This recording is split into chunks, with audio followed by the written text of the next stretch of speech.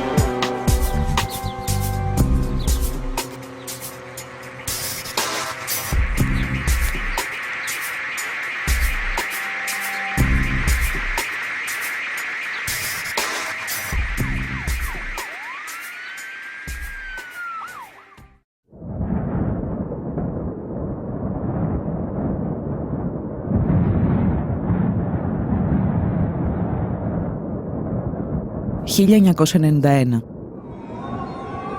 Ο σύντομος 20ος αιώνας φτάνει στο τέλος του. Η Δύση οραματίζεται το τέλος της ιστορίας και επιχειρεί να το εφαρμόσει στη Ρωσία.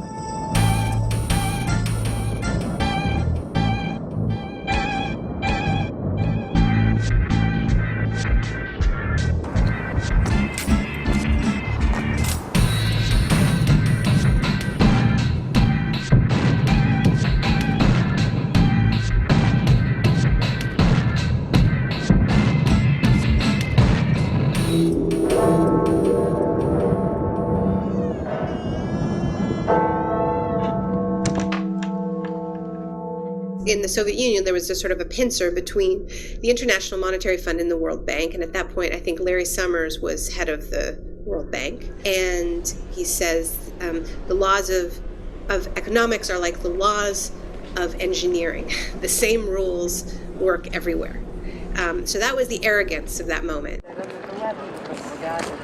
The State Department funded through Harvard University a fairly small group of economists and lawyers to manage this transition for the Russians.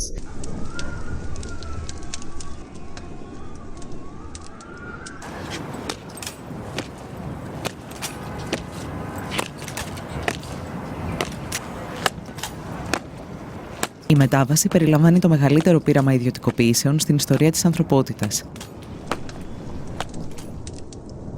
Ένα πείραμα που θα οδηγήσει μια χώρα στην απόλυτη καταστροφή.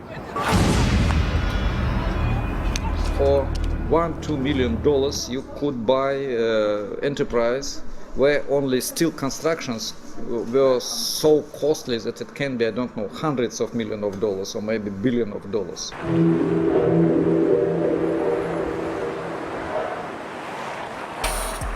Like huge factories in Ural, in Siberia, in central Russia, former military industrial enterprises, chemical enterprises, steel enterprises, and so on.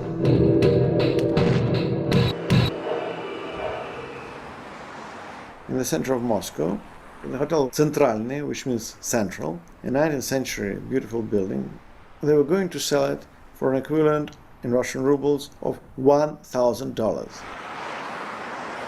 So we came there, in the foyer, in the lobby, there was a huge chandelier of the 19th century. And we asked the specialist how much would he pay for it if it is offered. He looked and said, well, $1,200. Just now, I can pay it now.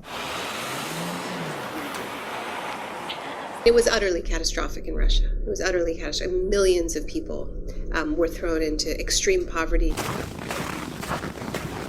People were hungry and were surviving on their gardens. Life expectancy for Russians dropped by a decade in this period. Explosion of AIDS, of child prostitution. I mean, it was a decimation of a nation.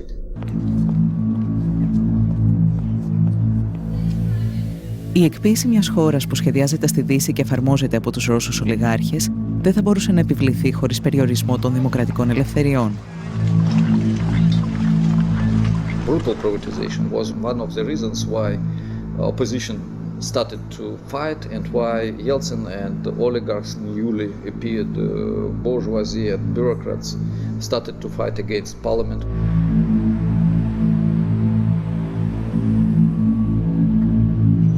Οι κανόνες του παιχνιδιού πρέπει να αλλάξουν.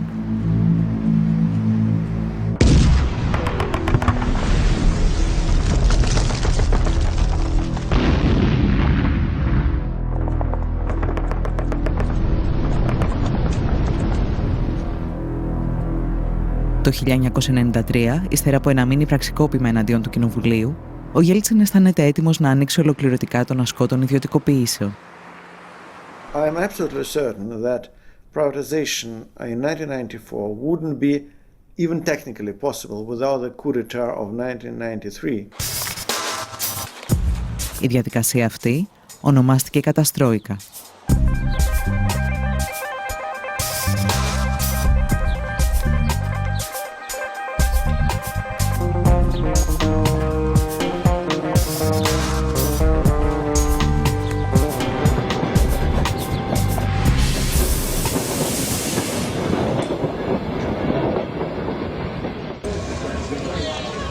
Η καταστρόικα στη Ρωσία παρουσιάζεται συχνά σαν εξαίρεση στην ιστορία των μαζικών ιδιωτικοποιήσεων. Στην πραγματικότητα ήταν απλώς ένα ακραίο παράδειγμα του πώς η εκποίηση μιας χώρας είναι ασυμβίβαστη με την πολιτική ή την οικονομική δημοκρατία.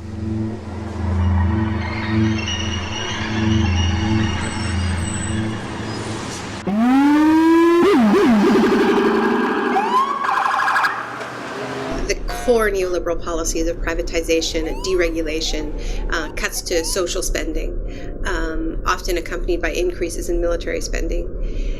These policies were first imposed under dictatorship. The first laboratories of neoliberalism had nothing whatsoever to do with democracy. Η πρακτική της εκποίησης έρχεται μαζί με τους ανέμους του νεοφιλελευθερισμού που πνέουν για πρώτη φορά στο Πανεπιστήμιο του Σικάγου. Καθηγητές όπως ο Φρίντριχ Φον Χάγεκ και ο Μίλτον Φρίντμαν αναζητούν ένα πειραματικό εργαστήριο για να δοκιμάσουν τη λεγόμενη ελεύθερη αγορά και το ελάχιστο κράτος. Καθώς όμως καμία δημοκρατικά εκλεγμένη κυβέρνηση δεν δέχεται να εφαρμόσει τις ιδέες τους στο έδαφος της, στρέφονται στη Χιλή του δικτάτορα Πινοσέτ και λίγο αργότερα στην Τουρκία του στρατηγού Ευρέν. There's actually a really interesting exchange between Friedrich von Hayek and Margaret Thatcher that I quote in The Shock Doctrine, where Friedrich von Hayek said, I have just come back from Chile, it's wonderful what Pinochet has done, and he's describing this fantastic experiment in neoliberalism, and says, I think you should do this too. And Hayek was a mentor of Margaret Thatcher's. And she wrote him back quite a stern reply, and she said, these types of policies are incompatible with a constitutional democracy. Η Μάργαρετ Θάτσερ θα βρει τελικά έναν τρόπο για να φέρει τη νεοφιλελεύθερη συνταγή των ιδιωτικοποιήσεων στη Δυτική Ευρώπη. Για να το πετύχει όμως θα χρειαστεί 2 πολέμους και την περιστολή των δημοκρατικών ελευθεριών.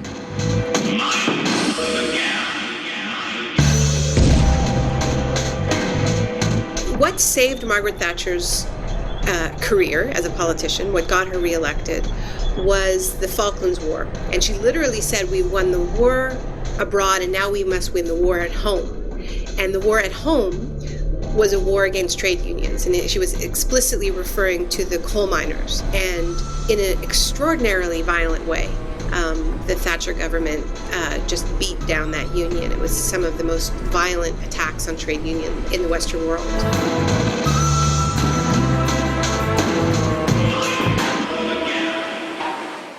Κλασική περίπτωση η θατσερική Μεγάλη Βρετανία, όπου η διάλυση του εργατικού δικαίου και των δικαιωμάτων των εργαζομένων συνέπεσε με μια ιδιαίτερη αύξηση των μέτρων και των νομοθετικών μέτρων καταστολής.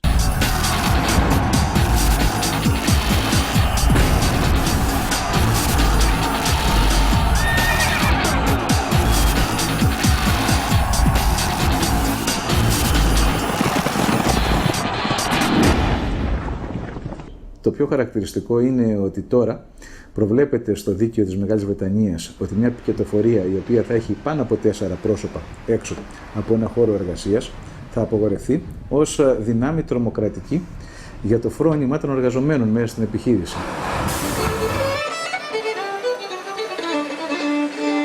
Ο νεοφιλελευθερισμός, ο οποίος υπόσχεται λιγότερο κράτος, απαιτεί έναν πανίσχυρο κρατικό μηχανισμό για να επιβληθεί.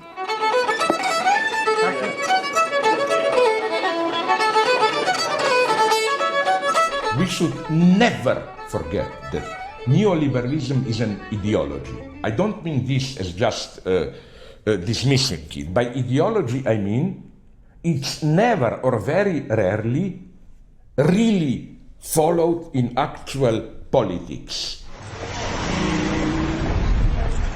Take Reagan, the first neoliberal in power. Are you aware that, as we all know, the state machinery as such exploded under Reagan? It is clear that neoliberalism can function only through an extremely strong regulative role of the state. So the question should not be these pseudo problems, what amount of state regulation, more capital, but who will do this regulation? A private enterprise system does not mean a free enterprise system. It just means someone's controlling it that you haven't elected. So the idea is with Vulture's Picnic. Οι αιμοσταγείς δικτάτορες όμως, όπως και η θατσερική πολιτική του σοκ, έχουν ημερομηνία λήξης. Πρέπει λοιπόν να βρεθεί ένα νέο μέσο για την επιβολή των μαζικών ιδιωτικοποιήσεων. So it started off without democracy. It started off with dictatorship imposed with brute force, with torture and fear. When the democratic era began in the 80s, there needed to be another mechanism to keep countries in line, and that mechanism became debt.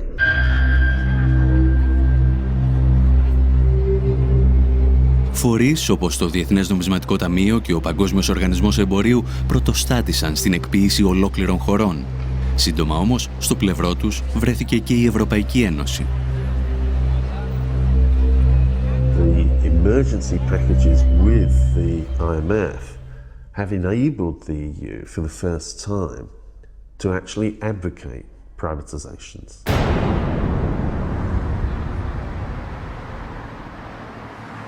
Technically, under the treaty, it shouldn't do this, but of course, it's part of the Troika that's imposed the conditions on Greece, on Portugal, and written in very clearly to those documents is this is conditional on privatization. Las condiciones que pone el Fondo Monetario Internacional y los grandes bancos de los Estados Unidos y de Europa son la entrega total de los derechos ciudadanos.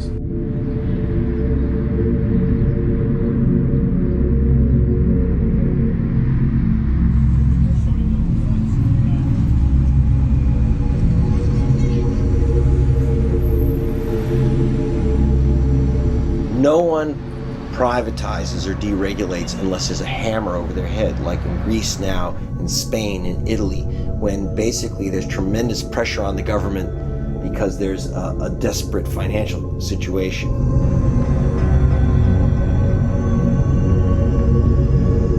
Το χρέος γίνεται μοχλός πίεσης για την ολοκληρωτική εκποίηση και της Ελλάδας.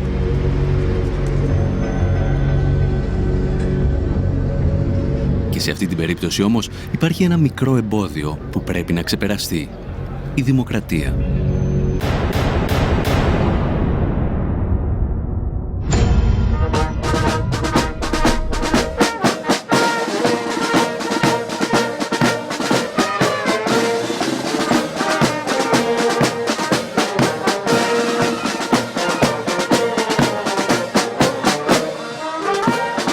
This has been one of those moments when really the mask completely comes off, and the fact that this market system is at war with democracy. The project has been about saying to people, you know, you can vote, but it's going to be a popularity contest.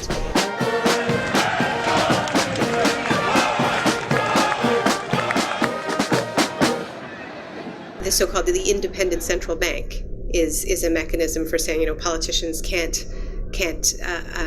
touch our toys. Η Ευρωπαϊκή Ένωση και οι ελληνικές οικονομικές ελίτ φτάνουν στο σημείο να διορίσουν έναν πρώην κεντρικό τραπεζίτη ως πρωθυπουργό της Ελλάδας. Συνεχίζοντας την πολιτική Παπανδρέου, ο Λουκάς Παπαδήμος τοποθετεί στελέχη τραπεζών όπως ο Γκίκας Χαρδούβελης της Eurobank ακόμη και μέσα στο Μαξίμου.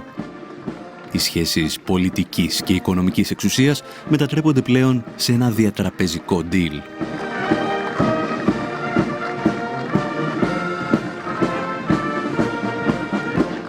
Direct cancelling of democracy. The idea is you play with democracy, but when things get serious, experts to take over. We don't have time to play these games, and so on and so on. Greece is portrayed as sort of a nation of children that needs to, you know, have all of these, the keys to the car taken away. Y es terriblemente grave lo que ocurre en Grecia, ¿no? Aquí nació la democracia. Y el sistema financiero internacional pretende que aquí muera la democracia.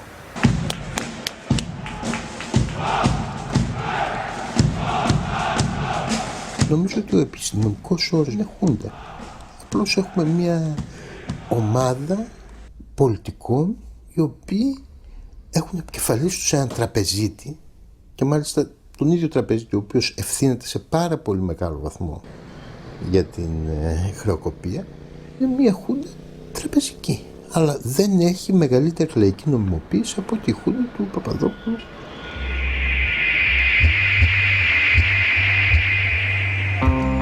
Η κυβέρνηση Παπαδήμου είναι απλώς ένα στάδιο για τον οικονομικό έλεγχο της Ελλάδας.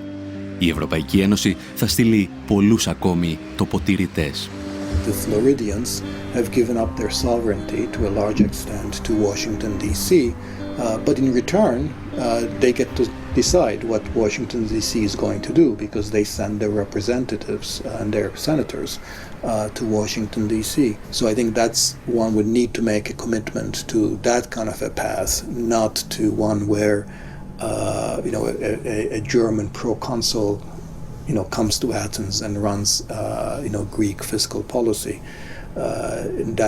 That obviously raises the question of democratic legitimacy to the extreme.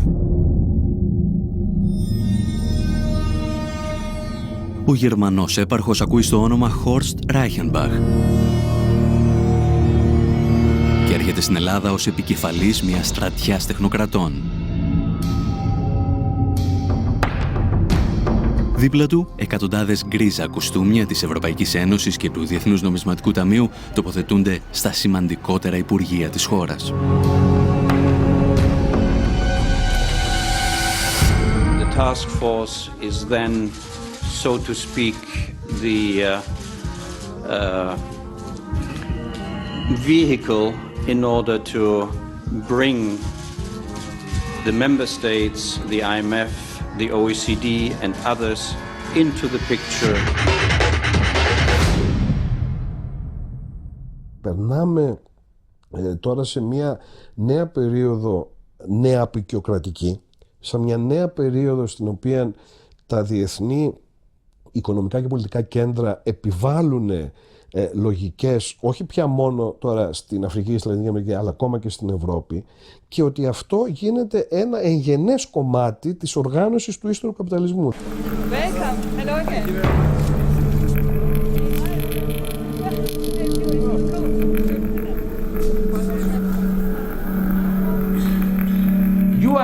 a trial case like in laboratory rabbits for all of Europe, a new authoritarian forum which, even if it remains in a superficial sense democratic, as we have seen in Greece, Italy, and it will follow, I can guarantee you, elsewhere, is being tested. Ο έλεγχος της χώρας από ξένα και ελληνικά οικονομικά συμφέροντα επιτυγχάνεται κυρίως μέσα από 2 δανειακές συμβάσεις. Στόχος να επιβληθούν οι όροι των δανειστών και να μετατραπεί η δουλειά σε δουλεία. Οι εργασιακές σχέσεις επιστρέφουν στο 19ο αιώνα. Για να περάσουν όμως αυτές οι ρυθμίσεις απαιτείται ένα ακόμη πραξικόπημα. Αυτή τη φορά κοινοβουλευτικό. Η πρώτη δανειακή σύμβαση δεν ήρθε ποτέ για κύρωση στη Βουλή. Κατατέθηκε και ποτέ δεν κυρώθηκε. Πράγμα που είναι ευθέως αντισυνταγματικό. Η δεύτερη ήρθε 3 φορές στη Βουλή ως σχέδιο. Προφανώς γιατί οι δανειστές μας ζητούσαν μικρές αλλαγές και ήθελαν να έχουν την προέγκριση βάσει του σχεδίου αυτού. Επομένως, φαίνεται καθαρά σε αυτή την περίπτωση η πρόθεση των πολιτικών ηγετών μας να μην εφαρμόζουν το Σύνταγμα, αλλά τις πολιτικές εντολές που παίρνουν απ' έξω. Όσοι τολμούν όμως να μιλήσουν για κοινοβουλευτικό πραξικόπημα, όπως και όσοι αμφισβητούν την πολιτική της κυβέρνησης και της Τρόικας, βαφτίζονται λαϊκιστές. Πραξικόπημα. Το έχουμε ξαναζήσει στην Αργεντινή. Θράσος! Ήβρι! Το να μιλάτε για πραξικόπημα επειδή η κυβέρνηση ευρυτά της πλειοψηφίας εισηγείται το χαρακτηρισμό ενός νομοσχεδίου ως κατεπήγοντος κατ' εφαρμογή του συντάγματος. Θα ζητήσετε συγγνώμη για αυτή την ύβρητη θεσμική. Είστε ο εκπρόσωπος της Ελλάδας της δραχμής, της Ελλάδας της φτώχειας, της Ελλάδας της ταπείνωσης. Εσείς προσωπικά και άλλοι όμοιοι με εσάς. Η ιδεολογική τρομοκρατία κλιμακώνεται. Τα κυρίαρχα μέσα ενημέρωσης εκβιάζουν τους πολίτες ότι αν δεν δεχθούν τις δανειακές συμβάσεις, τα ράφια των σούπερ μάρκετ θα αδειάσουν και η χώρα θα επιστρέψει στην εποχή των σπηλαίων. Θα έρθει το χάος. Η Ελλάδα θα κατρακυλήσει στον τρίτο κόσμο. Δελτίωση στα τρόφιμα, δελτίωση στο πετρέλαιο. Μιλάμε για μια μεταπολεμική Ελλάδα. Έχοντας καταλύσει τη δημοκρατία, οι κυβερνήσεις ετοιμάζονται για την εκποίηση της δημόσιας περιουσίας και ξεκινούν με μια δοκιμασμένη συνταγή. Μετατρέπουν τους δημόσιους υπαλλήλους και το δημόσιο τομέα σε αποδιοπομπαίο τράγο της κρίσης.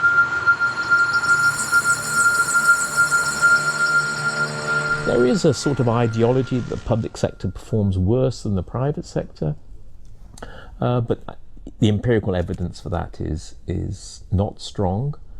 And generally, the public sector and the private sector perform pretty much as well as one another. Η ελληνική κυβέρνηση ψεύδεται λέγοντας αρχικά ότι δεν γνωρίζει τον αριθμό των δημόσιων υπαλλήλων και στη συνέχεια ότι αυτοί ξεπερνούν το 1 εκατομμύριο. Αποκρύπτει επίσης ότι το μέγεθος του δημόσιου τομέα και οι μέσες αμοιβές των υπαλλήλων του δεν υπερβαίνουν τον ευρωπαϊκό μέσο όρο. Οι παθογένειες της δημόσιας διοίκησης είναι δεδομένες. Συνήθως όμως είναι η κρατικοδίαιτη οικονομική ελίτ αυτή που πρώτη ρίχνει το λίθος στο δημόσιο. Έχοντας προετοιμάσει την κοινή γνώμη για την εκποίηση, αναζητείται ο μηχανισμός. Τα βλέμματα στρέφονται στη γερμανική Treuhand, την εταιρεία που μετέτρεψε τη 10η μεγαλύτερη βιομηχανική δύναμη του πλανήτη σε έναν κατάλογο αγορών 510 σελίδων.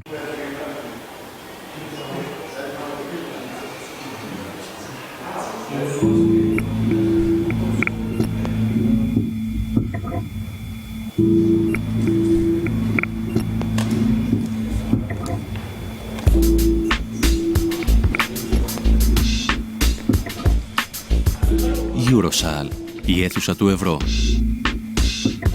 Σε ένα δωμάτιο 280 τετραγωνικών μέτρων χτυπάει η καρδιά του Γερμανικού Υπουργείου Οικονομικών. Για ορισμένους, η καρδιά ολόκληρης της Ευρωζώνης.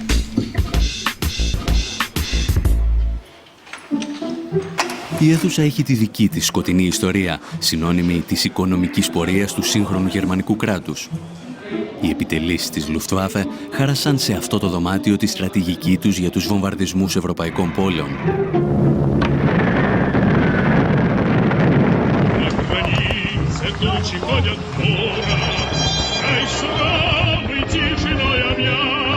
Μετά το τέλος του πολέμου, ο Σοβιετικός στρατός θα στήσει εδώ το δικό του αρχηγείο και λίγα χρόνια αργότερα, στην ίδια αίθουσα, θα υπογραφεί το πρώτο σύνταγμα της λαοκρατικής δημοκρατίας της Γερμανίας.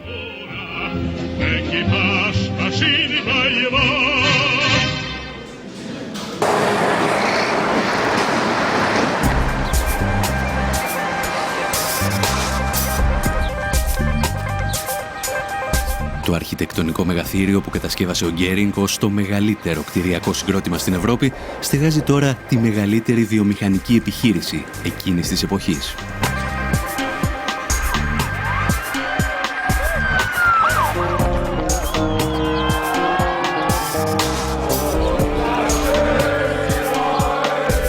Την κατάρρευση του Ανατολικού Μπλοκ, η Τρόιχαντ αναλαμβάνει να εκποιήσει την περιουσία της Ανατολικής Γερμανίας. Ένα καταστροφικό πείραμα που αφήνει πίσω του εκατομμύρια ανέργους και ισοπεδώνει τη βιομηχανική βάση της περιοχής.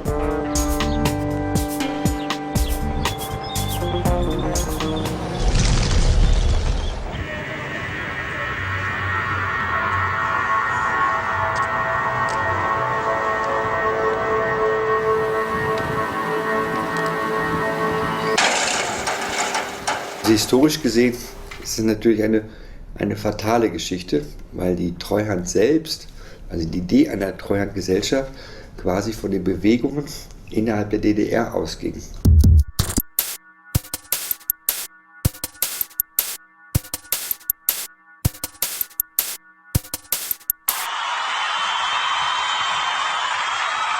Όταν οι κάτοικοι της Ανατολικής Γερμανίας συνειδητοποιούν ότι η ενοποίηση στην πραγματικότητα ήταν μια επιθετική εξαγορά από τη Δυτική Γερμανία, η Τρόιχαντ αποτελούσε ήδη κράτος εν κράτη στο Βερολίνο.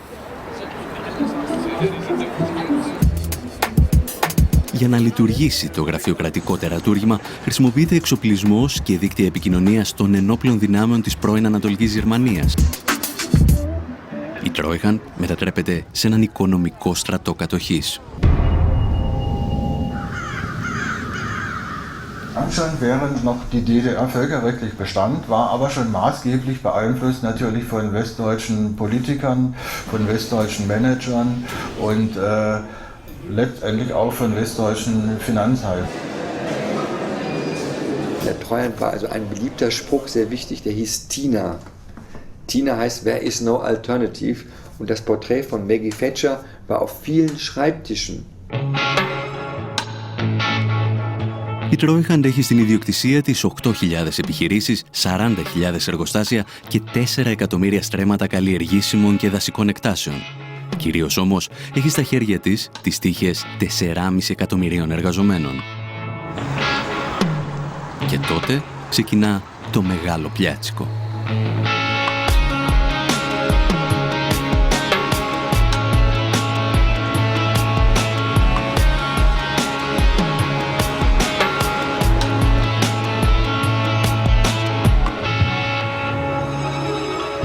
Jeden Tag, ob Samstag oder Sonntag, 10 bis 15 Betriebe privatisieren. Das war natürlich das eigentliche Dilemma und hat auch dann zu Chaos und Schiebereien und Betrügereien geführt. Sind Leute aufgetreten, die überhaupt nicht über das Volumen und den finanziellen Background verfügten, um so ein Unternehmen zu kaufen. Die hatten das Geld schlichtweg gar nicht, sondern sind eingestiegen, haben dann aus dem Unternehmen das Geld rausgezogen, haben damit die Rechnung bezahlt und das Unternehmen nur ausgeplündert und abgewickelt. Und da gibt es zig Beispiele, also sehr, sehr viele. Das hat dazu geführt, dass viele von diesen Firmen dann nachher insolvent waren und von den 4,5 Millionen Arbeitnehmern der DDR-Betriebe blieben nachher nur noch 1,5 Millionen Arbeitsplätze übrig.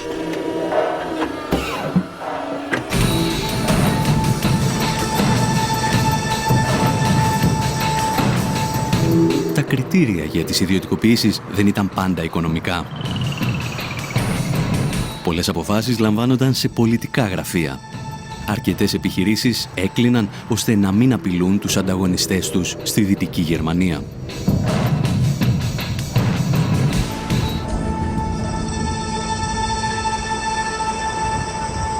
Treuhandbetriebe waren ja nicht wertlos. Wird immer von marode gesprochen, da waren sicher Betriebe dabei, die nicht funktioniert haben und auch marode waren.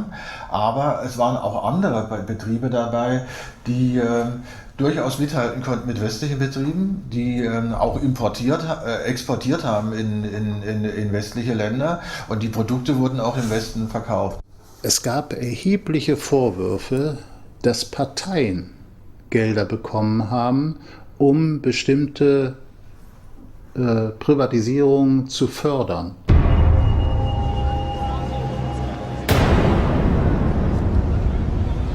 Bischofferode war ein Kaliwerk und das Kaliwerk ist eben halt ein Teil der Schlüsselindustrie für Industrieprozesse und es gab sowohl im Westen Kaliwerke wie im Osten.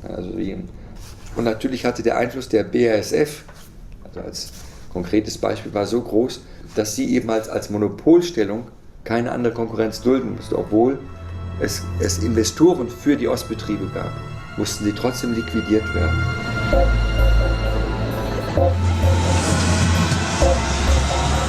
Ο απολογισμός από τη δράση της Τρόιχαντ είναι τρομακτικός. Το ακαθάριστο εθνικό προϊόν στις περιοχές της Ανατολικής Γερμανίας συρρικνώνεται κατά 30%. Η ανεργία από το 0 φτάνει στο 20%. Το σημαντικότερο όμως ήταν ότι αφού ξεπούλησε μια ολόκληρη χώρα, η Τρόιχαντ κατάφερε να παρουσιάσει ζημιές δισεκατομμυρίων.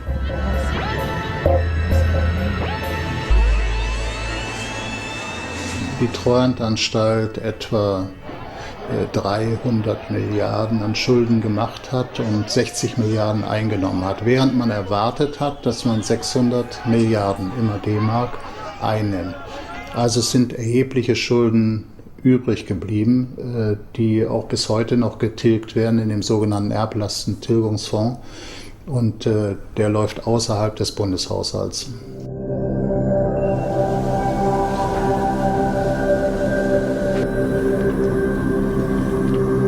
Kann mit Sicherheit nicht ein Vorbild sein. Ich meine, weil tausende Betriebe, die liquidiert wurden und 250 Milliarden Mark Minus, das kann ja nicht das Vorbild sein, jetzt um einem anderen Land als Vorbild zu dienen. Das kann es eigentlich nicht sein.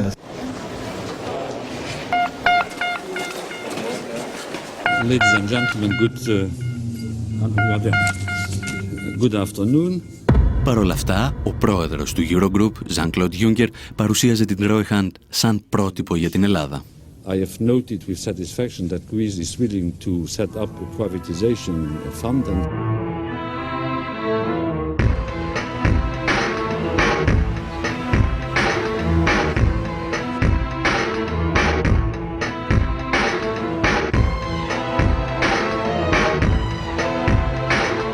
Ένα μήνα αργότερα ιδρύεται το Ταμείο Αξιοποίησης Ιδιωτικής Περιουσίας του Δημοσίου. Η ελληνική Τρόιχαντ στείνει τα γραφεία της πίσω από το κτίριο της Παλιάς Βουλής και τα τρία κόμματα του Μνημονίου, Πασόκ, Νέα Δημοκρατία και Λάος, μοιράζονται τη διοίκηση του οργανισμού. Εδώ είναι ο ομότιμος καθηγητής του Αριστοτελείου Πανεπιστημίου, ο κύριος Κουκιάδης. Τώρα, ο κύριος Κωνσταντίνος Μητρόπουλος είναι ο διευθύνων σύμβουλος και το πιο κεντρικό πρόσωπο. Έχει μια εταιρεία, την Cantor, δούλευε και στον Όμιλο Λάτσι πρόσφατα. Λίγους μήνες αργότερα, ο δημοσιογράφος που παρουσίαζε τη σύνθεση του Ταμείου γίνεται υπεύθυνος επικοινωνίας του. Σε άλλες θέσεις κλειδιά συναντώνται πολλά στελέχη από τις δύο εταιρείες που διεύθυνε ο Κώστας Μητρόπουλος. Politicians, the technical advisors, and the senior managers in the public companies themselves are all very acutely aware that the privatization process gives them opportunities of extremely high-paid directorships, consultancies, etc. with the newly privatized companies.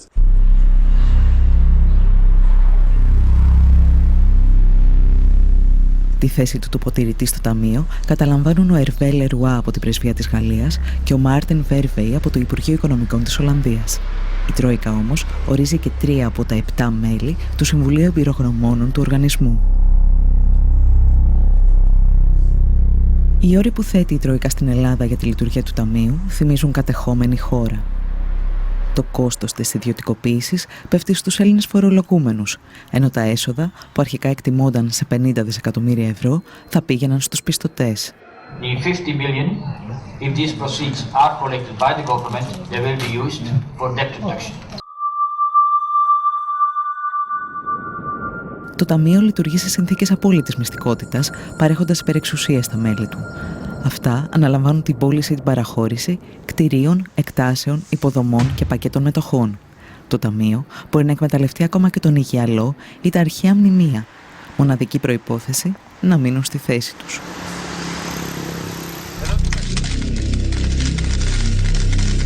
Ακόμη πάντως και πριν από τη δημιουργία του Ταμείου, αξιωματούχοι της κυβέρνησης είχαν αρχίσει να διαλαλούν την πραμάτια του ελληνικού δημοσίου, ταξιδεύοντας σαν περιοδεύων θίασος.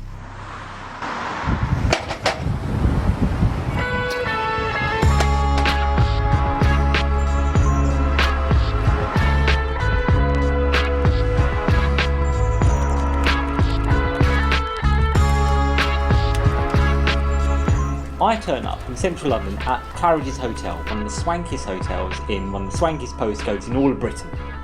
You walk all the way through to the back room, and it's a kind of ballroom, and it's got 5 chandeliers. It's got more mirrored surfaces than I could possibly count. And you turn up in this room, and it's basically a group of Greek businessmen and Greek officials talking about how they're going to sell off Greek assets. Big key assets belong to the Greek state, belong to Greek taxpayers, would just be flogged off. No more fooling around. Not in this place. And we pull up our pants and we make some money. A pile of money. And at one point, they played the music from Zorba the Greek. And in this country, you can't now think of the music from Zorba the Greek without thinking of plates being smashed on the ground. Let's go. Up.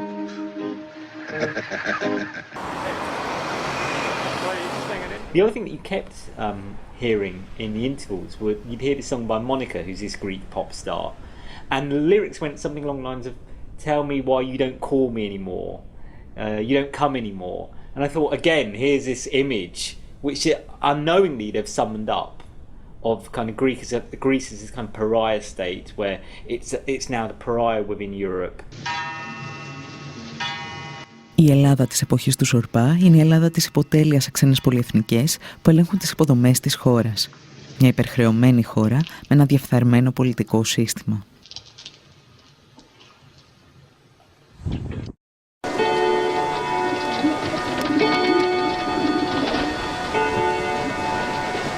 Ήταν μια πολύ παρόμοια κατάσταση στην εποχή μεταξύ των πολέμων.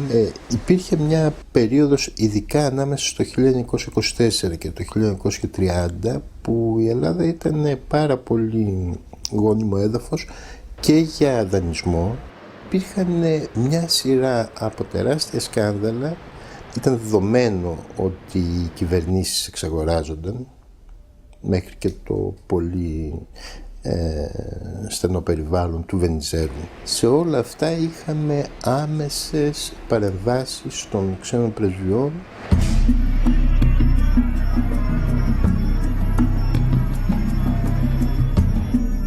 Η σύμβαση με την εταιρεία Power ήταν χαρακτηριστικό τέτοιο παράδειγμα, η σύμβαση με την Ούλεν ήταν χαρακτηριστικό τέτοιο παράδειγμα. Ήταν απικιακές αυτές οι συμβάσεις και αποδείχθηκαν πάρα πολύ επωφελείς για όσους επένδυσαν. Σχεδόν έναν αιώνα αργότερα, η Τρόικα, σε συνεργασία με τις ελληνικές κυβερνήσεις, απαιτεί την επιστροφή των υποδομών της χώρας σε χέρια ιδιωτών. Αυτό που δεν λένε στους πολίτες είναι ότι τα πειράματα της ιδιωτικοποίησης και της απορρίθμισης που προωθούν έχουν αποτύχει ακόμα και στις ισχυρότερες οικονομίες του πλανήτη. Και οι μεγαλύτερες αποτυχίες αφορούν πάντα υποδομές όπως οι σιδηρόδρομοι, το δίκτυο ίδρευσης και ηλεκτρικής ενέργειας.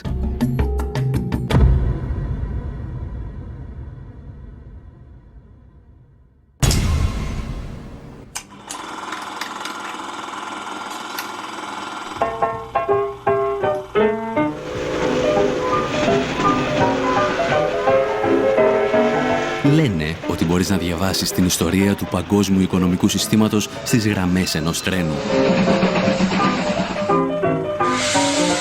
Ο ατμός που οθεί τη βιομηχανική επανάσταση μετατρέπεται σε κερδοσκοπική φούσκα για την αμερικανική οικονομία, όταν δεκάδες ιδιωτικές εταιρείες απλώνουν χιλιόμετρα από μεταλλικές ράγες.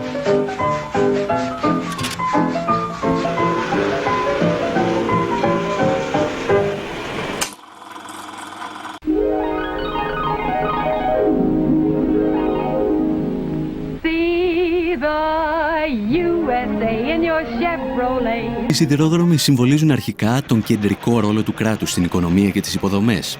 Όμως, μετά το Δεύτερο Παγκόσμιο Πόλεμο, ο οικονομικός φιλελευθερισμός αντικαθιστά τα μέσα μαζικής μεταφοράς με το γεωταχή αυτοκίνητο.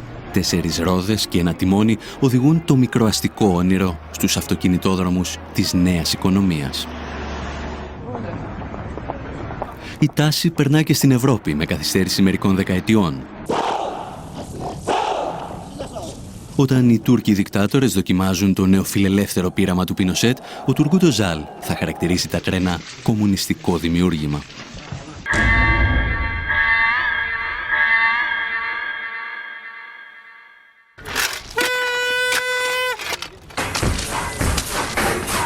Παρ' όλα αυτά, οι σιδηρόδρομοι στην Ευρώπη παρέμειναν εν πολλοίς στον έλεγχο του δημόσιου τομέα. Μέχρι τη στιγμή που η γυραιά Αλβιώνα αποφάσισε να πραγματοποιήσει ένα καταστροφικό πείραμα. Σαν κινηματογραφική ταινία χωρίς happy end.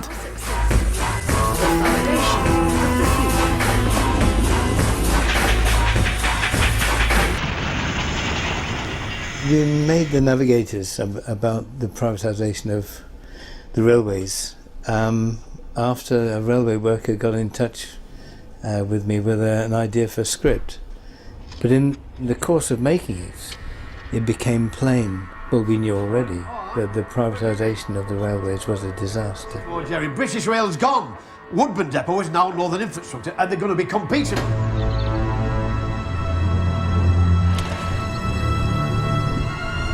Ακόμη και η Μάργαρετ Θάτσερ αναγνώριζε ότι τα τρένα δεν λειτουργούν αποτελεσματικά έξω από το δημόσιο τομέα. Όμως ο Τζον Μέιτζορ προχωρά στην ιδιωτικοποίησή του το 1993 και το βρετανικό κοινό αντιδρά.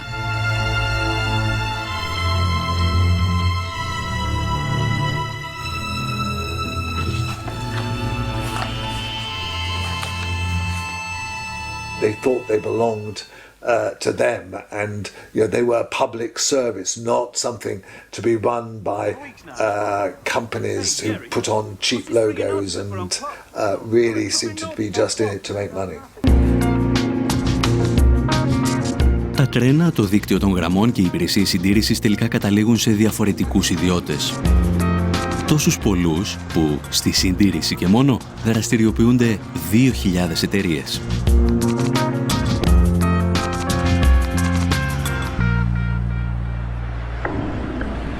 What that meant was first of all, there was a divergence of interests between two parts of a system that should actually really belong together. The stupidity of it came through the subcontracting. That is when a private company, say, gets the job to maintain a section of track. Well, the first company may have quite strict rules about safety. By the time you've subcontracted 2 or 3 stages, who's to know who is safe? Deaths have got to be kept to an acceptable level. Hang on, shut up. What's an acceptable level? 2 a year. Yeah, but nobody's been killed for the past 18 months. Any volunteers?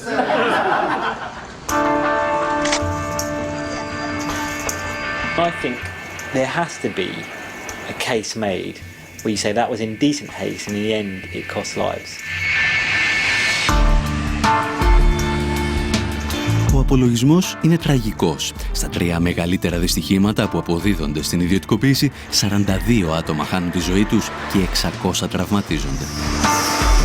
It was undoubted that in the early days of privatization, the way that the industry was privatized caused those accidents. Ο εκτροχιασμός των ιδιωτικοποιήσεων όμως δεν μετριέται μόνο σε ανθρώπινες ζωές. Privatisation was supposed to free up the railways, but has actually made it very difficult to make decisions, say, on opening new routes or closing down routes or changing schedules.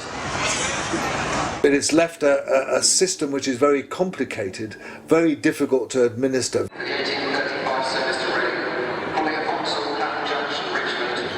It was bad for the passengers. It was a chaotic organisation. It didn't work and hasn't worked. And it's lost a huge amounts of money. Μέσα σε 3 χρόνια, το δημόσιο πληρώνει σε επιδοτήσεις στις ιδιωτικές εταιρείες ό,τι κέρδισε από το ξεπούλημα των τρένων. Και το κόστος για τους φορολογούμενους δεν σταματά εκεί.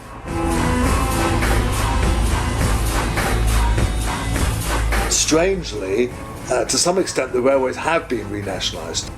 Really, it's left us with a semi-government administered system that costs a lot more than it cost under nationalisation and hasn't really delivered the investment, as the investment has largely been paid for by the public sector.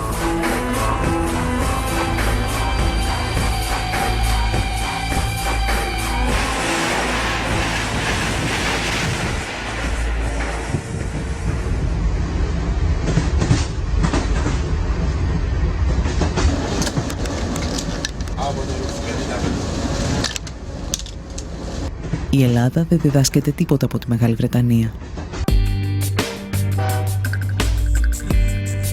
Οι κυβερνήσεις του Μνημονίου θέτουν σε εφαρμογή το σχέδιο ιδιωτικοποίησης των σιδηροδρόμων. Πάντα με τη βοήθεια των κυρίαρχων μέσων ενημέρωσης. Πάει πολύ αργά, είναι καθυστερημένο στις ώρες του, είναι βρώμικο συχνά, έτσι. Είναι χαρακτηριστικό ότι οι αιτήσεις ζημίες του ομίλου ΟΣΕ και της Τρενοσέ φτάνουν το 1,2 δισεκατομμύρια ευρώ. Τα ελληνικά τρένα παρουσιάζονται ως ο πλέον ζημιογόνος δημόσιος οργανισμός στην Ευρώπη. Ποιος ευθύνεται όμως για αυτό το χρέος?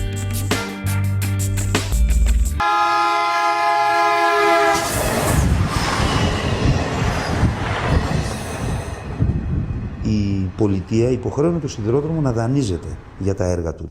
Μια αντίστοιχη περίπτωση δεν υπάρχει στην ελληνική τέτοια, γιατί και οι αυτοκινητόδρομοι και τα λιμάνια και τα αεροδρόμια χρηματοδοτούνταν από το κράτος. Αυτό τον δανεισμό σήμερα η κυβέρνηση τον μετέφερε ότι είναι χρέος του ΟΣΕ. Αυτό είναι αναλυθές και ένα μεγάλο μέρος, γύρω στις τάξεις του 70 με 80%, πράγματι είναι δανεισμός για έργα υποδομής. Τα μεγάλα κανάλια πίσω από τα οποία κρύβονται κάποιοι μεγάλοι εργολάβοι, μας βομβαρδίζουν καθημερινά με ψεύδι, με συκοφαντίες.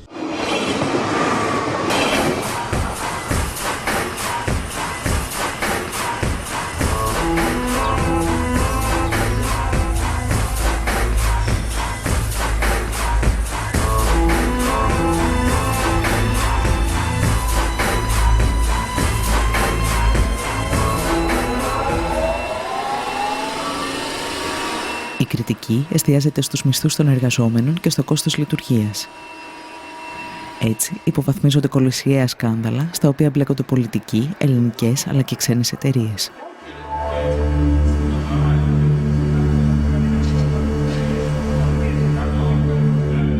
Δεκάδες εκατομμύρια ευρώ ξοδεύονται σε γραμμές που δεν λειτουργούν ποτέ. Σειρμοί νοικιάζονται σε τιμές με τις οποίες θα μπορούσαν να αγοραστούν. Το δημόσιο φτάνει να παραγγέλνει από τη Siemens ηλεκτράμαξες χωρίς να έχει ηλεκτρικό δίκτυο για να τις χρησιμοποιήσει. Παράλληλα πληρώνει μεγαλοεργολάβους για έργα που δεν παραδίδονται ποτέ. Υπάρχει και μια σκοπιμότητα, δηλαδή απαξιώνουμε τον δημόσιο πλούτο μας με σκοπό, αφού τον απαξιώσουμε, να τον δυσφημίσουμε, έτσι ώστε πολύ πιο εύκολα να πείσουμε την ελληνική κοινή γνώμη ότι ίσως ένας ιδιώτης θα είναι πολύ καλύτερη λύση για τον ελληνικό σιδηρόδρομο.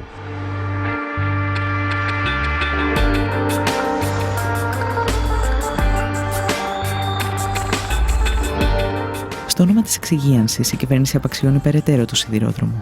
Μειώνει δραστικά το προσωπικό, υποβαθμίζοντας την ποιότητα, αυξάνει πάνω από 60% τις τιμές των εισιτηρίων και κλείνει μεγάλο μέρος των γραμμών.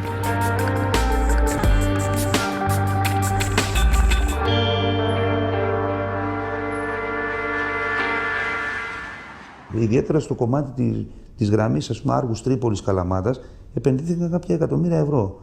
Και σήμερα δεν υπάρχει τρένο εκεί. Μετρώντας μόνο κέρδη ή ζημιές, οι υποστηρικτές της ιδιωτικοποίησης ξεχνούν ότι ο σιδηρόδρομος είναι πάνω απ' όλα ένα αγαθό για την εξυπηρέτηση του πολίτη. Ένα αγαθό για το οποίο έχουν πληρώσει γενιές Ελλήνων φορολογούμενων. Κάποτε στην Ελλάδα, ας πούμε, κρατικοποιούσαν τα χρέη των ιδιωτών. Σήμερα στην Ελλάδα προσπαθούν να ιδιωτικοποιήσουν τα κέρδη που θα μπορούσε να έχει ο πολίτης μέσα από κρατικές υπηρεσίες. Τι επένδυσε ο ιδιώτης ώστε να πάρει αυτό το τομέα σε τιμή πολύ χαμηλή, ας πούμε, από την αξία του ίδιου του έργου.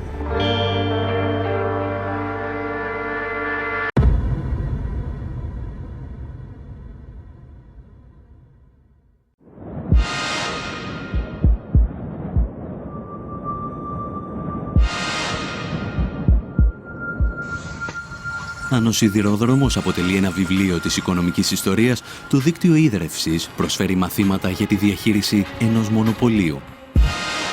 Και αυτή τη φορά έχει έρθει η σειρά του Παρισιού να πληρώσει το λογαριασμό.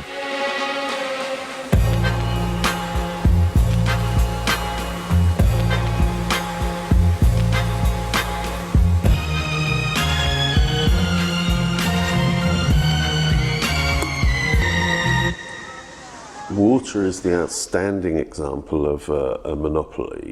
No water company in the world operates on a competitive basis. There's only ever one network. It's not worth ever investing in two competing networks.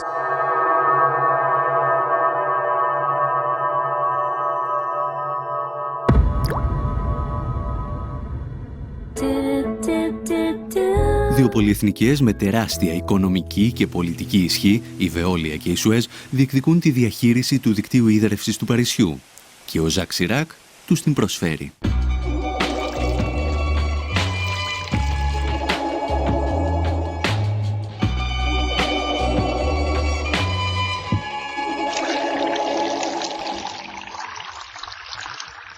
En 1985, il y a eu une décision politique prise par Jacques Chirac, qui était alors maire de Paris, de diviser Paris en deux, selon les deux rives, et en divisant Paris en deux selon les deux rives, de confier à chaque grand groupe privé et à sa filiale une rive de Paris pour la distribution de l'eau et la facturation.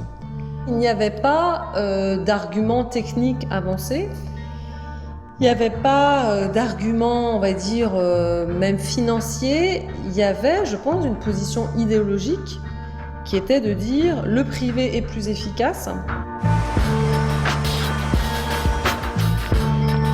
Ο λογαριασμός έρχεται φουσκωμένος στους πολίτες. Οι τιμές αυξάνονται συνεχώς επί 15 χρόνια. Le bilan au niveau du prix de l'eau, c'est une facture qui a quand même été multipliée par 260%, donc fois 2,5. Donc c'est vrai qu'on a eu une augmentation croissante du prix de l'eau, avec parfois, comment dirais-je, pas d'explication technique ou économique qui justifiait l'augmentation.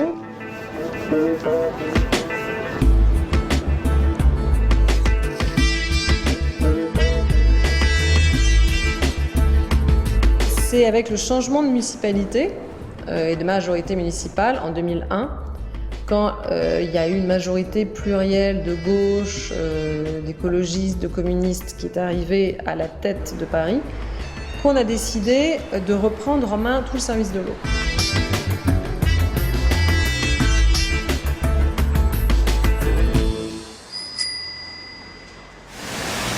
Σε αντίθεση με τους ιδιώτες, η νέα δημοτική εταιρεία ίδρευσης, η οποία συστήνεται το 2010, μειώνει τα τιμολόγια κατά 8% και επενδύει όλα τα έσοδά της στην ανανέωση του δικτύου. Il y a aussi, pour moi, une question très importante qui est une question de démocratie. C'est-à-dire qu'une gestion publique permet, si elle est bien faite, d'avoir une plus grande évaluation politique par la collectivité parisienne.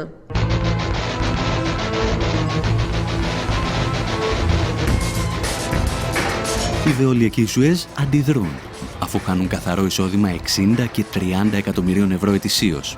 Ασκούν πιέσεις στην κυβέρνηση, στο Δήμο και στα συνδικάτα εναντία στην Anne Lestrade, η οποία κίνησε τη διαδικασία. De fait, il considère que je suis un peu le diable incarné. Η μάχη του Παρισιού φέρνει στο φως το παρασκήνιο της διαπλοκής ανάμεσα στις πολυεθνικές του νερού και την πολιτική εξουσία. Jérôme Monod, qui était le dirigeant de la Lyonnaise des Eaux, était celui qui avait été l'un des dirigeants du parti de Jacques Chirac. Παρά τις διασυνδέσεις τους όμως, οι πολυεθνικές του νερού φαίνεται να χάνουν τη μάχη με τους πολίτες. There were a number of political campaigns and battles fought right across Europe, and indeed right across the world at the time. The result of those battles was largely that people rejected water privatization very strongly. Η Ευρωπαϊκή Ένωση όμως γυρίζει την πλάτη της στις αποφάσεις των πολιτών. Γραμμή στις Βρυξέλλες χαράσουν οι πολυεθνικές και επόμενος στόχος τους είναι η Ιταλία.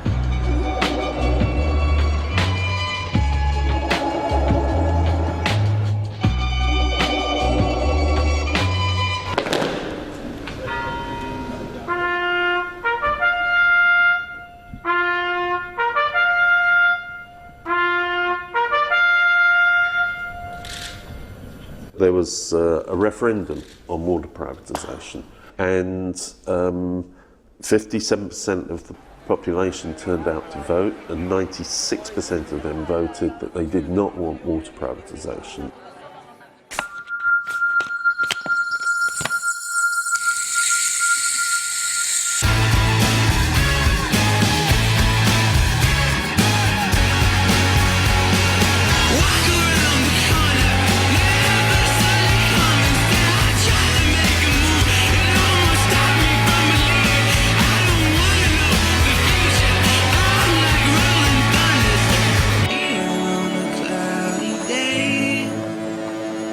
Even Berlusconi said, I can't privatise the water. There's been a referendum that says we're not allowed to. Berlusconi is now being replaced by a government headed by bankers, as similar processes happened in Greece. And again, European officials have said to the Italian government, we expect a privatisation programme and we expect it to include water.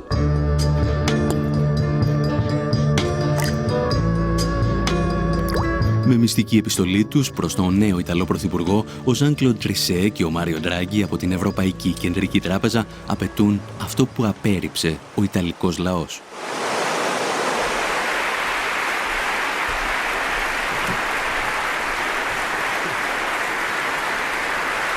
The fact that it was now illegal under the Italian constitution to privatise water was irrelevant. A fundamentally undemocratic process, and again similar to the kind of pressures that have been put on Greece. I spoke with, just this weekend with the new Prime Minister, Mr. Papademos. I spoke also with Prime Minister Monti, and I know they are very committed to respect the commitments taken, because they understand that without this, in fact, there will not be financial stability in their countries.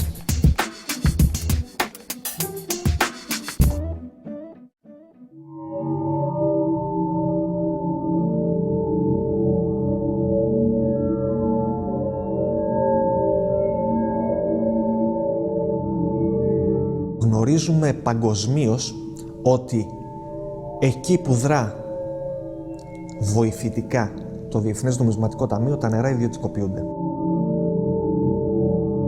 Γνωρίζουμε πολύ καλά ότι υψηλόβαθμα στελέχη των Σουέζ και Βεόλια είναι υψηλόβαθμα στελέχη και σύμβουλοι του Διεθνούς Νομισματικού Ταμείου. Γνωρίζουμε πολύ καλά ότι στελέχη της Σουέζ και Βεόλια έχουν σχέσεις με την Ευρωπαϊκή Κεντρική Τράπεζα. Γνωρίζουμε πολύ καλά ότι στο Ευρωκοινοβούλιο πληρώνονται πολλοί άνθρωποι για να κάνουν λόμπινγκ εκεί μέσα και να προασπίσουν συμφέροντα των δύο αυτών πολυεθνικών. ότι οι άνθρωποι των εταιριών μπαινοβγαίνουν σε κυβερνήσεις και όταν φεύγουν οι κυβερνήσεις ξαναμπαίνουν μέσα στις εταιρείες. Στην Ελλάδα, η κυβέρνηση Παπανδρέου τοποθετεί ως διευθύνοντα σύμβουλο της ΕΙΔΑΠ ένα πρώην υψηλόβαθμο στέλεχος της Veolia.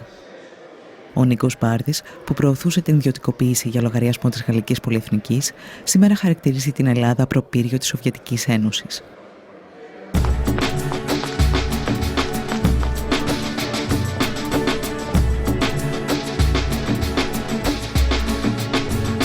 Τα σχέδια ιδιωτικοποίησης όμως δεν ξεκινούν την εποχή του μνημονίου. Η εκποίηση του δικτύου ίδρυυσης και αποχέτευσης στην Αθήνα και τη Θεσσαλονίκη αρχίζει επί κυβερνήσεων Σιμίτη με την εισαγωγή στο χρηματιστήριο.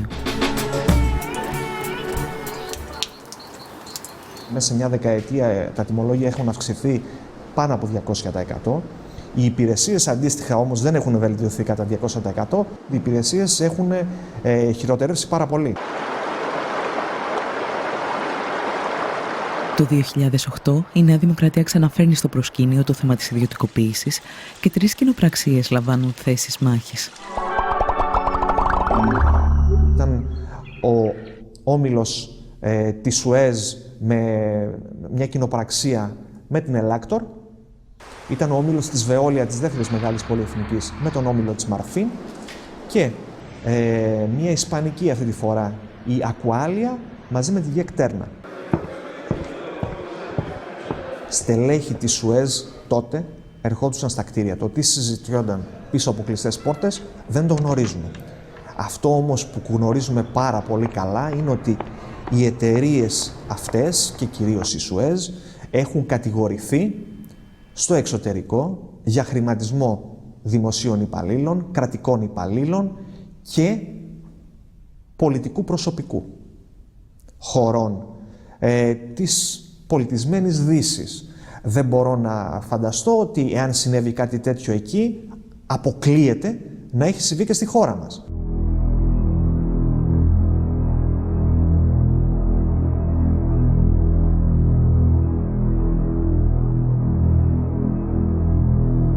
Η προκήρυξη των εκλογών διέκοψε ή έχει αναστείλει προς το παρόν την πορεία ιδιωτικοποίησης της ΕΙΑΘ. Θέλω να μου πείτε αν γίνεται κυβέρνηση, εάν θα συνεχίσετε αυτή τη διαδικασία ή αν διαφωνείτε με αυτή την προοπτική. Είμαστε αντίθετοι στην ιδιωτικοποίηση των υδάτινων πόρων.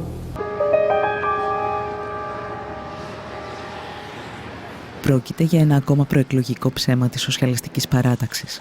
Μετά τις εκλογές, η κυβέρνηση συνεχίζει τα σχέδια ιδιωτικοποίησης 2 κερδοφόρων επιχειρήσεων, της ΕΙΔΑΠ και της ΕΙΑΘ. Το κύριο επιχείρημα του κράτους, αλλά και των εταιριών που λιμένονται τον υδάτινο πλούτο του πλανήτη σε όλα τα μήκη και τα πλάτη, ότι δεν πρόκειται να αγοράσουμε τα ποτάμια σας, δεν πρόκειται να αγοράσουμε τις πηγές σας, δεν πρόκειται να πάρουμε τα δίκτυα και να φύγουμε. Αυτά είναι εδώ. Όπως και η Ακρόπολη είναι εδώ και θα την αγοράσουν και θα φύγουν. Εμείς θα πάρουμε μόνο τη συντήρηση, τη διανομή, τη διαχείριση και την τιμολογική πολιτική. Αυτό που παραλείπουν να πουν οι θειασότες της ιδιωτικοποίησης είναι ότι το κόστος αντικατάστασης του δικτύου παραμένει στους πολίτες. Συνεπώς, οι εταιρείες δεν έχουν κανένα κίνητρο για να στηρούν αυτό το δίκτυο.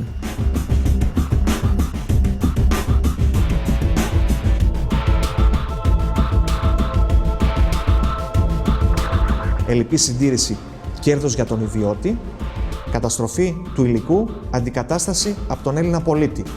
Τα κέρδη στον ιδιώτη, η ζημία στον Έλληνα πολίτη φορολογούμενο.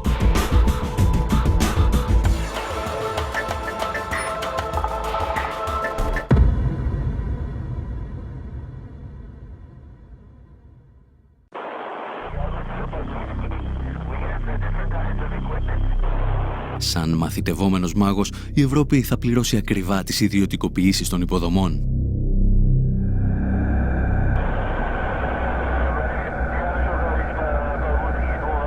Οι δυνάμεις της αγοράς όμως θα δείξουν το αληθινό τους πρόσωπο ακόμη και στη γενέτειρα του νεοφιλελευθερισμού, τις Ηνωμένες Πολιτείες.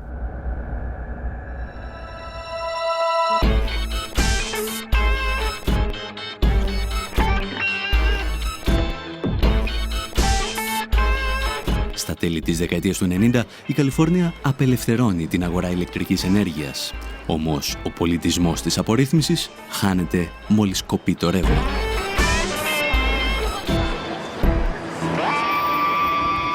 The fantasy that you can have a market in electricity or gas, that's just not possible. It is a natural monopoly. There's only one wire going to your house.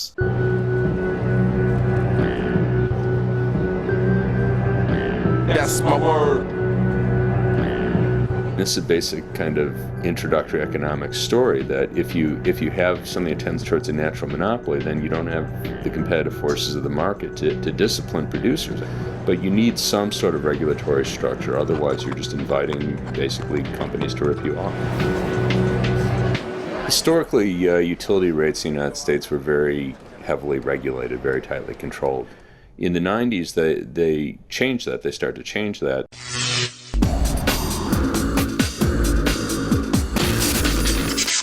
We were going to deregulate the construction, operation, and ownership of the generation plants while leaving the transmission system and the distribution system in the hands of the utilities. Οι εταιρείες παραγωγής ενέργειας μπορούν πλέον να αυξήσουν ανεξέλεγκτα την τιμή χονδρικής. Για να το πετύχουν, αναπτύσσουν σύνθετες στρατηγικές εξαπάτησης με κωδικές ονομασίες. In the case of Enron, they did things like they even had names for them. They're traded as Death Star, Get Shorty, Ricochet, Cramming, False Scheduling. One was named Fat Boy after the first nuclear bomb that was dropped. Οι εταιρείες φτάνουν στο σημείο να διακόπτουν την παραγωγή ηλεκτρισμού προκειμένου να παρουσιάζονται ελλείψεις και να αυξάνεται η τιμή της κιλοβατόρας. I'd say it's cool, Jim. It's Rich. Hey, Rich. This is Bill up at Enron. This is going to be a word-of-mouth kind of thing. Okay. We want you guys to get a little creative. Okay. And come up with a reason to go down. Okay, so we're just coming down for some maintenance. We have people from Enron on tape laughing about how they were pulling power offline and how they were sending grandma's rates through the roof. So the rumor's true? They're fucking taking all the money back from you guys? All that money you guys stole from those poor grandmothers in California? Yeah, Grandma Millie, man. Yeah, now she wants her fucking money back for all the power you charged jammed right up her ass for fucking $250 a megawatt hour.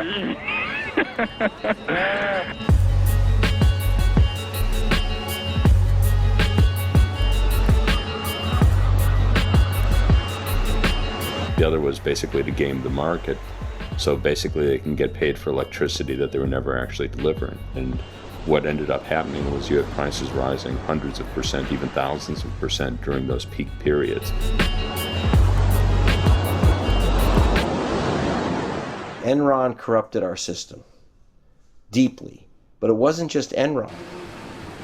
And the idea that just Enron was one bad apple is wrong. All 6 of the big power companies were involved in conspiracies. Enron could not act alone.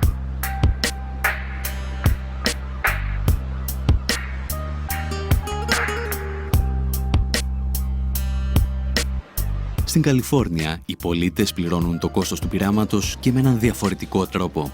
Οι δυνάμεις της αγοράς αφήνουν εκατομμύρια ανθρώπους κυριολεκτικά στο σκοτάδι.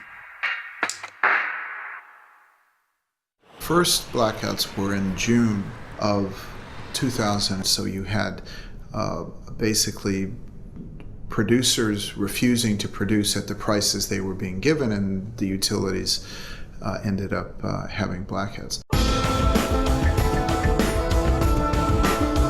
Η απελευθέρωση της αγοράς ενέργειας στην Καλιφόρνια επιβλήθηκε υπό την ασφικτική πίεση μεγάλων επιχειρήσεων. Ακόμη και αυτές όμως βγήκαν ζημιωμένες από την απορρίθμιση.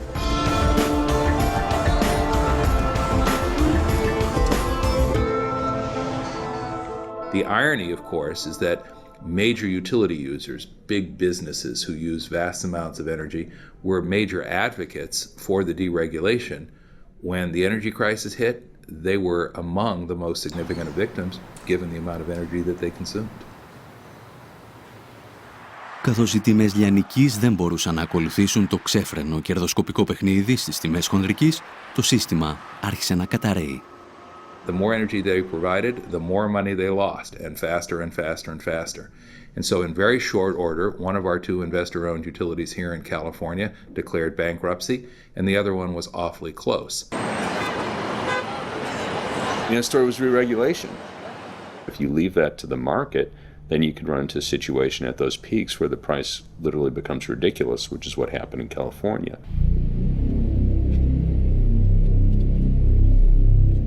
Regulation is the application of democracy to the economy. It's how we as a public democratically control monopoly businesses so they don't control us.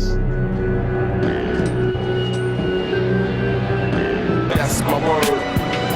Struggle in the past. That's my word.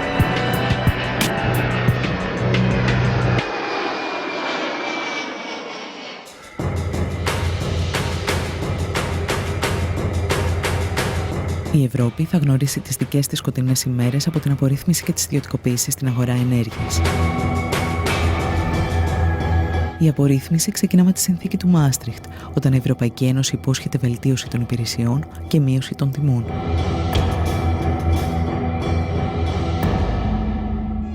In the European Union, where the market has been opened up, any electricity producer or supplier can access transport and distribution networks to supply its customers, which encourages competition. Μέχρι το 2006, κανένας ιδιώτης δεν πήγε να επενδύσει στην ηλεκτροπαραγωγή. Αυτές είναι βασικές δημόσιες υποδομές, απαιτούν μεγάλα κεφάλαια και έχουν πολύ αργά απόσβεση αυτών των επενδύσεων. Δεν δίνουν δηλαδή το γρήγορο και εύκολο κέρδος που απαιτεί ο ιδιώτης. Σταδιακά λοιπόν από το 2000 μέχρι το 2006, για να γίνει η αγορά ελκυστική στους ιδιώτες και να επενδύσουν, άρχισαν να αυξάνονται συνεχώς τα τιμολόγια της λαϊκής κατανάλωσης. Οι φορολογούμενοι δεν πληρώνουν απλώς αυξημένα τιμολόγια. Χωρίς να το γνωρίζουν, πριμοδοτούν τους ιδιώτες που δραστηριοποιούνται στην παραγωγή.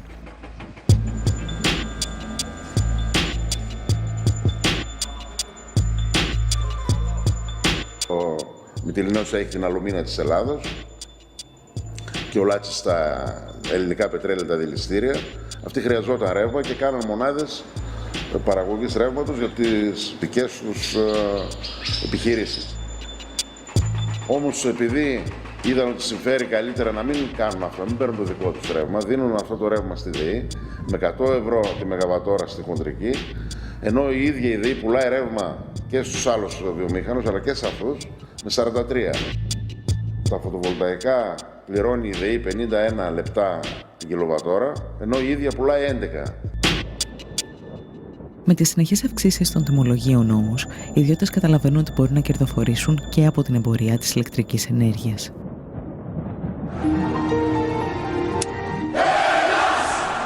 Η νούμερο 1 ιδιωτική εταιρεία ηλεκτρικής ενέργειας είναι εδώ. Ο Δόκτωρ Λάμπρος ο ρευματολόγος και η κυρία Φωτεινή άλλαξαν ρεύμα χωρίς καμία αλλαγή στο μετρητή τους. Κάποια στιγμή λοιπόν εμφανίστηκαν και οι ιδιώτες πάροχοι. Τι σημαίνει λοιπόν πάροχος?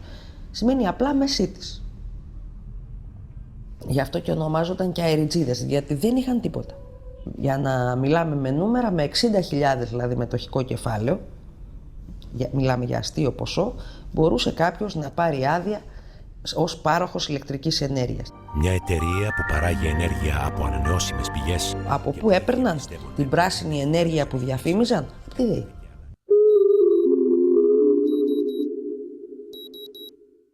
Αρχικά, οι ιδιώτες έπρεπε να εγγυούνται ότι διαθέτουν το ρεύμα που υπόσχονται να πουλήσουν. Η Ευρωπαϊκή Ένωση όμως τους απάλλαξε και από αυτή την υποχρέωση.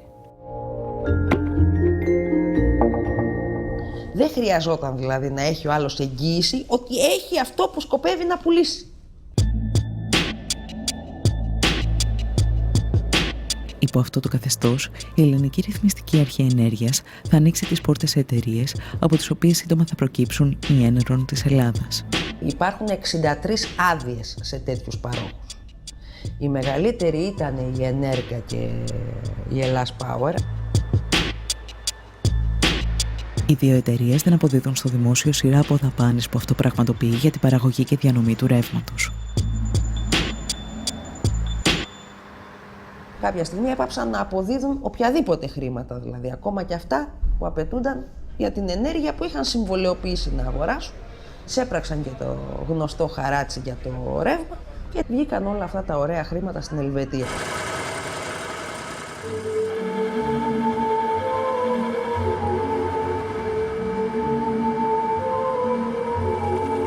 Η περίπτωση της Ενέρκα και της Ελλάς Power είναι απλώς η κορυφή του παγόβουνου των εκατοντάδων εκατομμυρίων ευρώ που στοιχίζει στους Έλληνες φορολογούμενους η απορρίθμιση. Στα 12 χρόνια της έναρξης της απελευθέρωσης της αγοράς ηλεκτρικής ενέργειας, ούτε η γραφειοκρατία μειώθηκε, ούτε οι υπηρεσίες έγιναν καλύτερες προς τους καταναλωτές, ούτε το μείγμα καυσίμου βελτιώθηκε, αντίθετα η εξάρτηση της χώρας βάθινε ενεργειακά και τα τιμολόγια έχουν αυξηθεί σε τάξη άνω του 80%.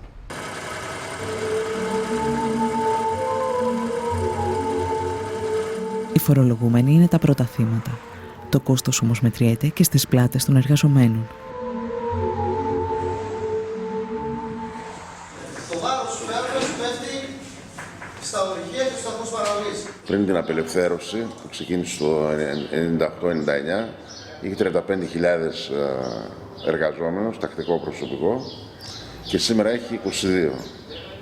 Δηλαδή μια πολύ μεγάλη μείωση του προσωπικού που αυτό αντικαταστάθηκε από εργολάβους, εργαζόμενους σε εργολάβους, εργαζόμενους σε δουλεμπόρεο και πολλούς έκτακτους.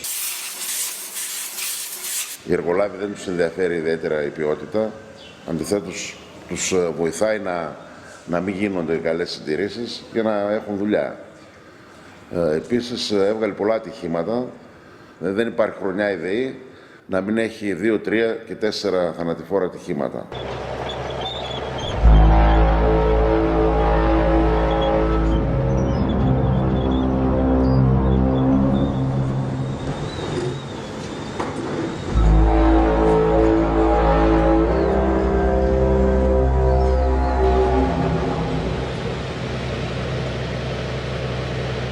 Αδιαφορώντας για το δημόσιο συμφέρον και τις επιπτώσεις στην κοινωνία, τα κόμματα του Μνημονίου προωθούν τώρα και την ολοκληρωτική εκποίηση της δημόσιας επιχείρησης ηλεκτρισμού. Η πραγματική της αξία, και εγώ θα πάρω την επίσημη εκδοχή, μιλάμε έτσι για 16-17 δις ευρώ. Πόσο αποτιμάται αυτή τη στιγμή στο ελληνικό χρηματιστήριο?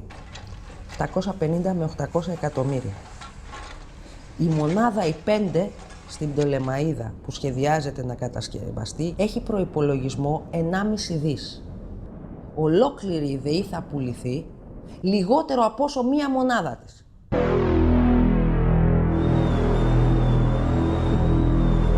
Ο ελληνικός λαός στην ουσία πλήρωσε χρόνια να κάνει δίκτυα μέχρι να πάει μέχρι το τελευταίο χωριό, τα οποία θα μπορούν να τα εκμεταλλεύονται πλέον οι ιδιώτες, κυρίως είναι οι ιδιώτες κρατικοδίαιτη, και βγάζουν από αυτά παρά να προσφέρουν κάτι.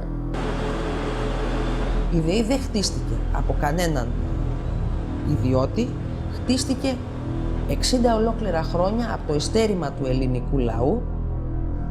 Η ηλεκτροδότηση σε όλη τη χώρα είναι περιουσία μας. Δεν μπορούμε να τη χαρίσουμε.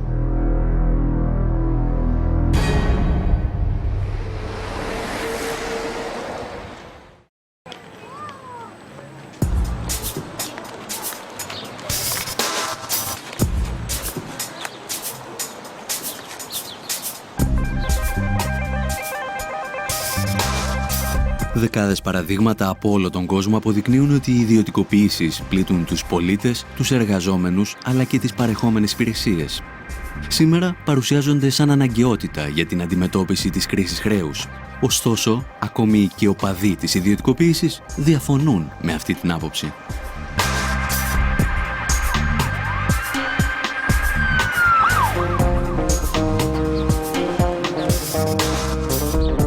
A lot of privatization isn't necessarily the best thing to do in the middle of an economic crisis, because privatization is certainly going to lead to people being laid off. And the worst thing that you can do during a crisis is give people more reason to lay off workers. You will get a bit of money in the short run because of that. So it'll be good for your balance sheet for maybe a year, but then after that you lose income. In real economic terms, will be a drop in the ocean in the short term and an economic loss in the long term. Εν τέλει, η παγκόσμια κρίση χρέους, την οποία δημιούργησε ο ιδιωτικός τομέας, είναι το πρόσχημα για μια γενικευμένη επίθεση στη δημόσια περιουσία. Μια επίθεση που σε ορισμένες περιπτώσεις γίνεται συγκαλυμμένα.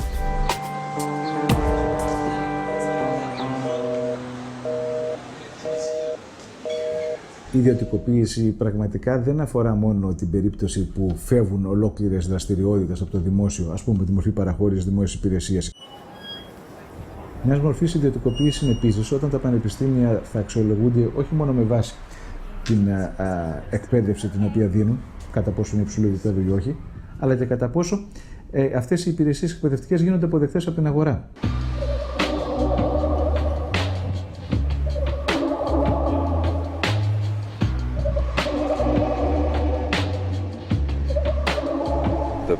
Supposedly public universities are being forced to adapt themselves to the same kind of market imperatives.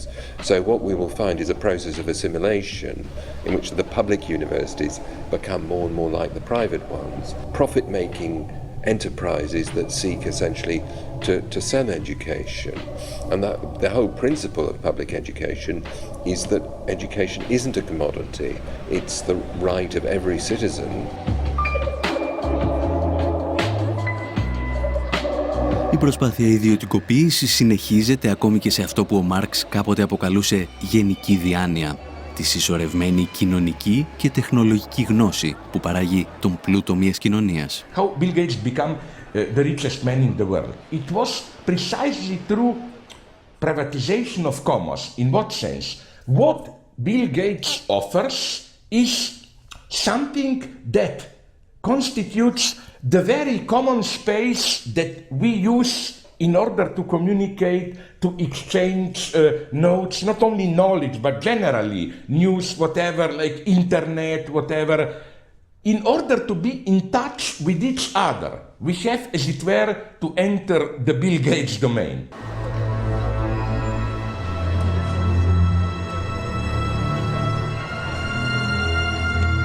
Απέναντι όμως στην προσπάθεια ιδιωτικοποίησης των πάντων γεννιούνται και ισχυρές αντιστάσεις από ανθρώπους που γνωρίζουν ότι όλα μπορούν να αλλάξουν αν υπάρξει πολιτική βούληση.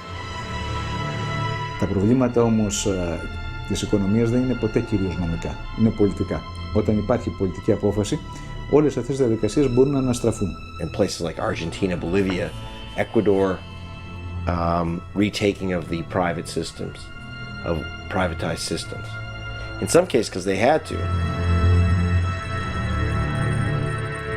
There are remunicipalizations happening now in Europe. What's happened in Germany over the last 2 years has been quite widespread remunicipalization of electricity services.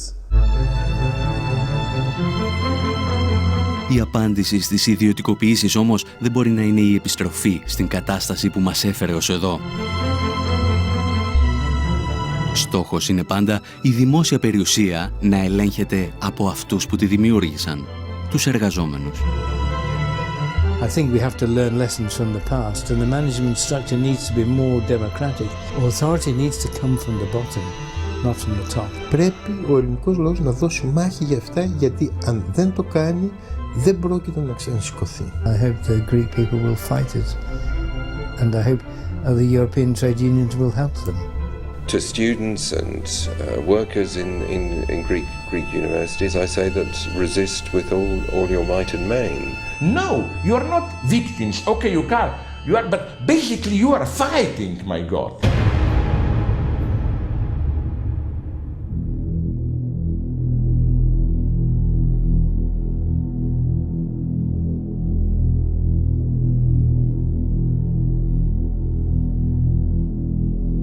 Μπορέσει ο σημερινός άνθρωπος να υπερβεί τη φυσική του ροπή προς την αδράνεια, την ησυχία.